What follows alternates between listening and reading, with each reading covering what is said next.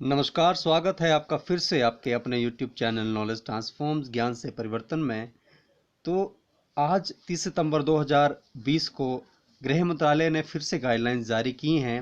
वो गाइडलाइंस क्या हैं कि कंटेनमेंट जोन के बाहर कौन कौन सी एक्टिविटीज़ बंद रही, कौन सी एक्टिविटीज़ जो हैं वो खुली रहीं, कौन कौन सी क्रियाएं खुली रहेंगी, उसके बारे में गाइडलाइंस जारी की हैं। तो आइए जानते हैं कि वो गाइडलाइंस क्या है।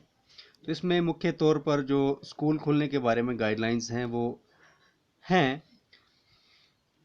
अब राज्यों को अधिकार दे दिया गया है कि वो स्कूलों के दोबारा खुलने के बारे में वो अपने कोई निर्णय ले सकते हैं 15 अक्टूबर के बाद। और ऑनलाइन और जो डिस्टेंस मोड की एजुकेशन है वो जारी रहेगी।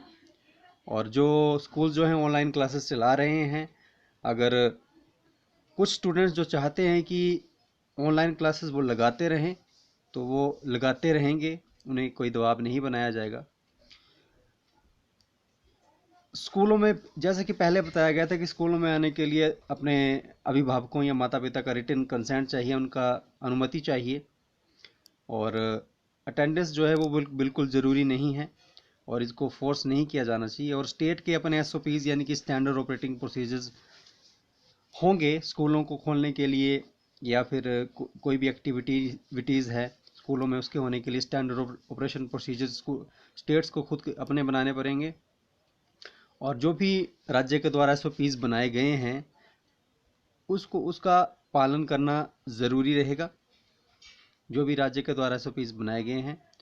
और डिपार्टमेंट ऑफ हायर एजुकेशन और ये जो मिनिस्ट्री ऑफ एजुकेशन है, ये एक डिसीज़न ले सकती है स्कूलों को खोलने पर गृह मंत्रालय की कंसल्टेशन करके। और आगे पीएचडी स्कॉलर्स के बारे में भी बताया गया है। अगर उन्हें किसी तरह के प्रयोग करने हैं लेबोरेटरीज़ में तो वो भी 15 अक्टूबर के बाद वो इस तरह के काम कर सकते हैं। जो भी केंद्र के फंडेड एजुकेशन हैं तो वहाँ पे जो पीएचडी स्कॉलर्स अगर वहाँ पे जाना चाहते हैं तो उनके लिए ये भी बताया गया है कि वहाँ के हेड जो हैं वो पूरी तरह से आश्वस्त हो जाएंगे, तभी वो एक्सपेरिमेंट करने की अनुमति उनको मिलेगी। और उसके बाद जो राज्यों में सिर्फ रिसर्च स्कॉलर्स हैं उनके लिए ये खुली रहेगी, जिसका निर्णय जो है वो राज्य लेंगे। स्विमिंग पूल भी खुले रहेंगे स्पोर्ट्स पर्सन्स के लिए 15 अक्टूबर के बाद। और जो भी ministry of youth and home affairs के द्वारा एसओपीज़ बनाई गई हैं उसका पालन करना पड़ेगा। सिनेमाज, थिएटर, मल्टीप्लेक्सेस 50% अपनी कैपेसिटी के साथ खुले रहेंगे, उन्हें भी एसओपीज़ का पालन करना पड़ेगा मंत्रालय के द्वारा दिए गए। और जो भी एंटरटेनमेंट पार्क हैं वो भी खुले रहेंगे और उधर भी एसओपीज़ का पालन करना पड़ेगा। बिजनेस टू बिजनेस एग्जीबिशन जो हैं वो भी खुले रहेंगे और उन्हें भी पालन करना पड़ेगा। उसके बाद सोशल एकेडमिक जो भी मनोरंजन की गतिविधियां हैं, कल्चरल धार्मिक गतिविधियां हैं, वहाँ पे 100 से ज़्यादा लोग जो हैं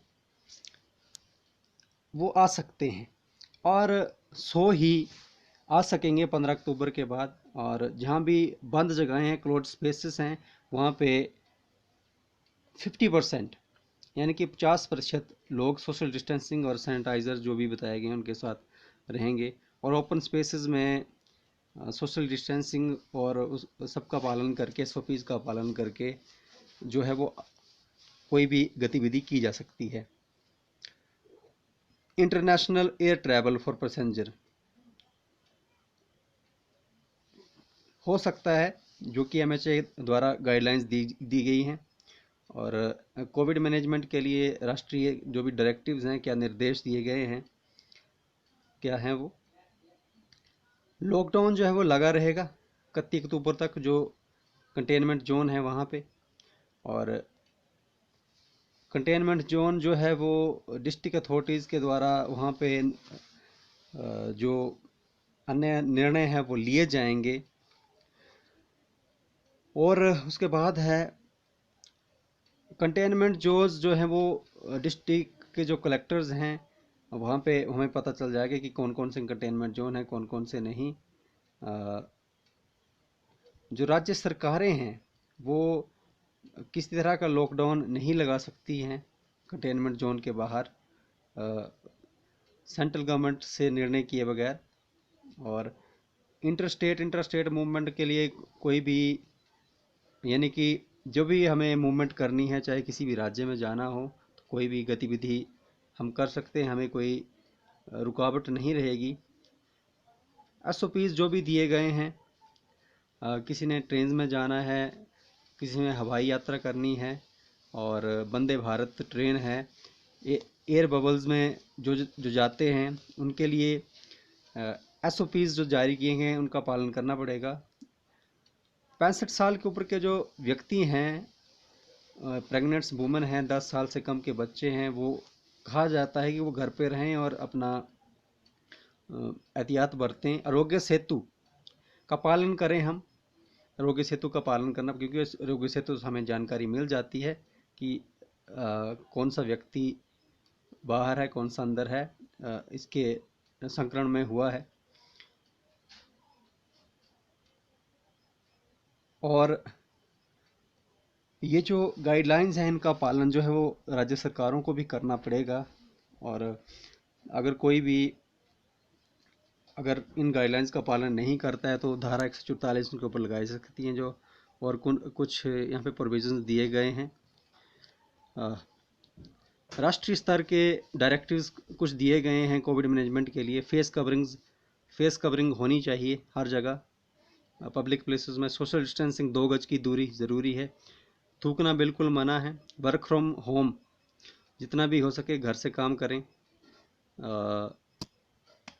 स्ट्रैगरिंग of work business hour will be followed. कुछ रुकावट हो सकती है, कम ज़्यादा घंटे किए जा सकते हैं। हाइजीन का ध्यान रखा जाएगा, बार बार सैनिटाइजेशन की जाए, सोशल डिस्टेंसिंग का पालन किया जाए। आगे पनिशमेंट वगैरह जो बताई गई हैं डिजास्टर मैनेजमेंट एक्ट में कि क्या क्या सज़ाएं हो सकती हैं।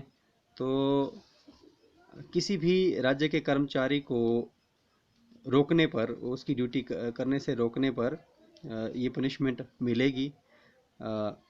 फॉल्स क्लेम के ऊपर भी पनिशमेंट मिलेगी। जो धन और संपत्ति का अगर इस तरह का कोई मिस अप्रोप्रिएट किया है, कोई झूठी सूचना दी है, फिर भी मिल सकती है। गवर्नमेंट के डिपार्टमेंट्स में भी अगर किसी तरह के इस तरह के कोई अवहेलना हुई है तो उसके बारे में भी इसमें बताया गया है। और अगर कोई ऑफिसर है जो ड्यूटी को करने में सफल नहीं रहता है तो उसके लिए भी पनिशमेंट है। 1 साल की जेल है और फाइन बताया गया है इसमें। और उस अन्य जो यहाँ पे पनिशमेंट्स हैं, जेल इत्यादि वगैरह वगैरह, जो सब कुछ बताए गए हैं। तो ये बहुत क्लियर कट गाइडलाइंस हैं इंडियन पैनल कोड के तहत। और जो भी जानकारी दी गई है इसमें सजाओं का जिक्र है काफ़ी सारे। आप पॉज करके देख सकते हैं वीडियो, इसको पढ़ सकते हैं पॉज करके। जो भी सजाओं का जिक्र है, क्या क्या सज़ाएं मिल सकती हैं कोविड के दौरान, डायरेक्टिव्स जो दिए गए हैं। तो इस वीडियो में इतना ही। इसमें मुख्यतः ये बताया गया था कि स्कूलों से खुलने के लेकर क्या क्या हमें गाइडलाइंस दी गई हैं। 15 अक्टूबर के बाद खोला जा सकता है, राज्य सरकार इस पर निर्णय ले सकती हैं। तो इस वीडियो में इतना ही। मिलते हैं किसी अन्य वीडियो में, तब तक के